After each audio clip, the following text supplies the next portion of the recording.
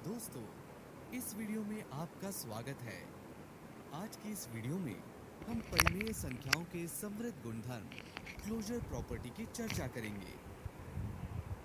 बच्चों, पिछली कक्षाओं में आपने संख्याओं के बारे में तो पढ़ा ही होगा। चलिए एक बार इसे दोहराते हैं। बच्चों, प्राकृत संख्या कौन सी होती है? सर, जिन संख्याओं की सहायता से हम गिन पाते हैं, उन्हें हम प्राकृत संख्या कहते हैं। जैसे कि हमारे एक हाथ में 1, 2, 3, 4 और 5 उंगलियां हैं। शाबाश राहुल। बच्चों, अब थोड़ा आगे बढ़ते हैं और इन प्राकृत संख्याओं में शून्य को जोड़ देते हैं। अब कौन बताएगा कि संख्याओं के ऐसे समूह को हम क्या कहते हैं? सर, संख्याओं के ऐसे समूह को हम पूर्ण संख्याएं बोलते हैं। सही कहा मोहन। बच्चों, आप सब जानते ही होंगे कि कई बार हमें ऋणात्मक संख्याओं का इस्तेमाल करना पड़ता है। जैसे कि ठंड के दिनों में कई जगहों पर तापमान को एक ऋणात्मक नेगेटिव संख्या से दर्शाते हैं, जैसे -2 डिग्री सेल्सियस। बच्चों, यदि ऋणात्मक संख्याओं को पूर्ण संख्याओं में जोड़ दें तो प्राप्त संख्याओं के समूह को क्या बोलेंगे? सर, ऐसे संख्याओं के समूह को हम पूर्णांक बोलते हैं।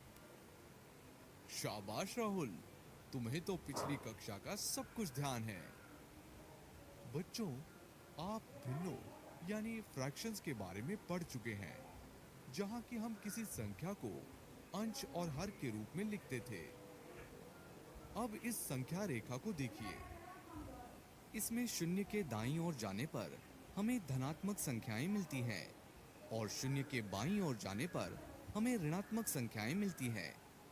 जैसे कि हमें यहाँ ऋणात्मक 1/2 दिया गया है। आप सब यहाँ पर देख सकते हैं कि ये ना तो पूर्णांक है, ना तो भिन्न है, क्योंकि भिन्न होने के लिए अंश और हर का धनात्मक होना जरूरी है। तो ये कैसी संख्या है?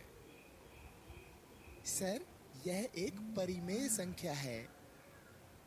शाबाश मोहन। बच्चों, अब परिमेय संख्या की परिभाषा बताओ। सर, परिमेय संख्याएं वो संख्याएं हैं जिन्हें हम p/q के रूप में लिख सकते हैं, जहां की p और q एक पूर्णांक हैं और q शून्य के बराबर नहीं होता। सर, q शून्य के बराबर क्यों नहीं हो सकता?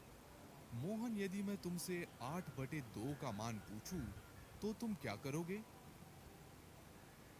सर, मैं एक ऐसी संख्या ढूंढूंगा जो कि 2 से गुना करने पर मुझे 8 दे, और ऐसी संख्या है 4। शाबाश मोहन। अब 8/0 का मान ज्ञात करो। सर, यह तो हो ही नहीं सकता।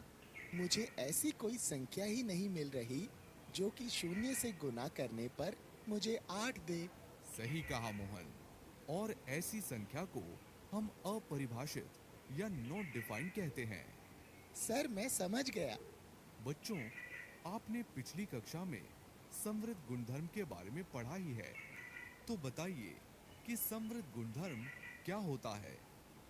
जब कभी हम किसी समुच्चय यानी सेट के संख्याओं पर किसी संक्रिया का उपयोग करते हैं और प्राप्त फल भी उसी समुच्चय के अंदर आता है, तो हम उस समुच्चय को उस संक्रिया के लिए समृद्ध मानते हैं। शाबाश राहुल। बच्चों, अब इन पूर्णांकों का जोड़ करके देखिए। क्या इन्हें जोड़ने पर हमें पूर्णांक मिल रहे हैं? आप भी वीडियो को रोककर सोच सकते हैं।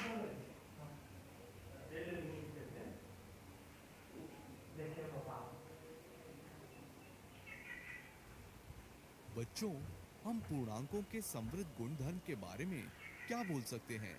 सर, पूर्णांक योग के अंतर्गत समृद्ध हैं, क्योंकि दो पूर्णांकों को जोड़ने पर हर बार हमें पूर्णांक ही मिलेगा। शाबाश मोहन। क्या इसी तरह परिमेय संख्याएं योग के अंतर्गत समृद्ध हैं? चलो इसकी जांच करते हैं। हम दो परिमेय संख्याएं लेते हैं, 1/4 और 2/3 को जोड़ने पर हमें क्या मिलेगा? आप भी इस सवाल को हल करिए।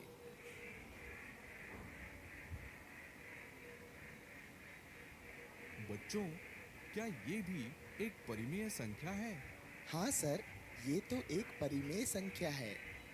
बच्चों, अब निम्नलिखित परिमेय संख्याओं को जोड़कर देखो। बच्चों, आप देखेंगे कि कोई भी परिमेय संख्या को जोड़ने पर एक परिमेय संख्या ही मिलती है, क्योंकि परिमेय संख्याएं योग के अंतर्गत समृद्ध यानी कि क्लोज्ड हैं। बच्चों, इस सत्र में हमने विभिन्न प्रकार की संख्याओं के बारे में जाना, जैसे कि प्राकृत संख्याएं, पूर्ण संख्याएं, पूर्णांक और परिमेय संख्याएं। और परिमेय संख्याओं के जोड़ के अंतर्गत समृद्ध गुणधर्म की जांच भी की। अगली वीडियो में हम व्यवकलन तथा गुणन पर समृद्ध गुणधर्म की चर्चा करेंगे। इस सत्र में इतना ही। मिलते हैं अगले सत्र में। धन्यवाद।